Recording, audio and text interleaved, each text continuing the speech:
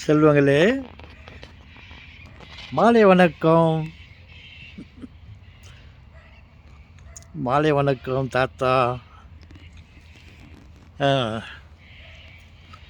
என்ன தாத்தா?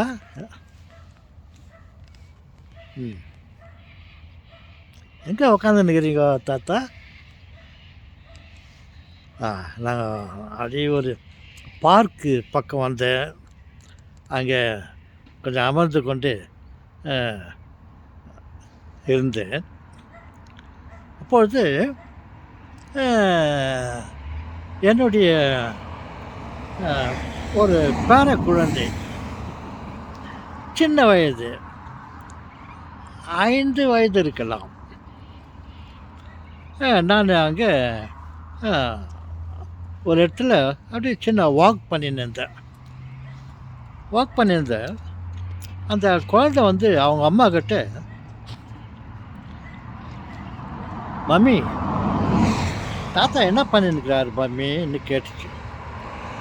அவர் நடந்து வாக் பண்ணிருக்கிறாருமா. ஏம்மா அவர் வாக் பண்ணுறாரு அப்படின்னு கேட்டுச்சு.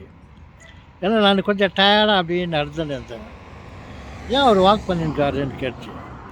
இல்லை, அவருக்கு கொஞ்சம் எனர்ஜி வரணும், கொஞ்சம் வாக் பண்ணியிருந்தாக்கா அவருக்கு கொஞ்சம் எனர்ஜி சக்தி வரும், அதனால் அவர் வாக் பண்ணிருக்காரு அப்படின்னு அவங்க சொன்னாங்க.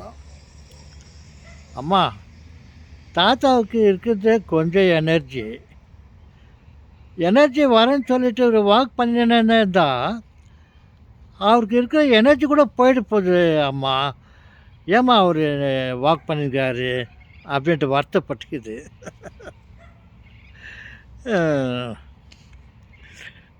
பாருங்கள், அந்த குழந்தைக்கு என் மீது எவ்வளவு ஒரு அக்கறை இருந்திருக்குது. தாத்தாவுக்கு இருக்கிறது கொஞ்சம் எனர்ஜி, தட்டி தடுமாறின்னு நடந்துனுக்கிறாரு, சக்தி வரேன்னு சொல்லிட்டு நடந்துனுக்கிறாரு, அவருக்கு இருக்கிற சக்தி கூட போயிட போகுது அம்மா சொல்லிட்டு அவங்க அம்மா கிட்ட சொல்லிக்குது. அந்த குழந்தைக்கு எவ்வளோ ஒரு முன்னெச்சரிக்கை அது யோசனை இருக்குது பாருங்க. தாத்தா இந்த வயசில் என்ன நடந்துன்னு அவருக்கு சக்தி வர்றது, இருக்கிற கொஞ்சம் சக்தி கூட அவருக்கு போயிட போகுது, அவரை ரெஸ்ட் எடுக்க சொல்லு அம்மா சொல்லி அவங்க அம்மா கிட்ட கேட்டுக்குது. அதை அவங்க அம்மா எனக்கு சொன்னாங்க.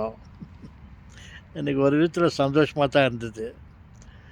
அது சொல்கிறதுல நியாயமாக தான் இருக்குது. அந்த குழந்தை தெரிஞ்ச வரலையும் எங்கே நடக்கிறது, எங்கேருந்து சக்தி வருது, வெளியிலேருந்து எங்கேருந்து சக்தி வரப்போகுது, இருக்கிற சக்தி அவரை விட்டு போயிட போகுது, அவரை ரெஸ்ட் எடுக்க சொல்லு அம்மா சொல்லிட்டு அவங்க அம்மா கிட்ட சொல்லிக்குது. அதை அவங்க அம்மா என்கிட்ட சொல்லி காட்டினாங்க. பார்த்தீர்களா?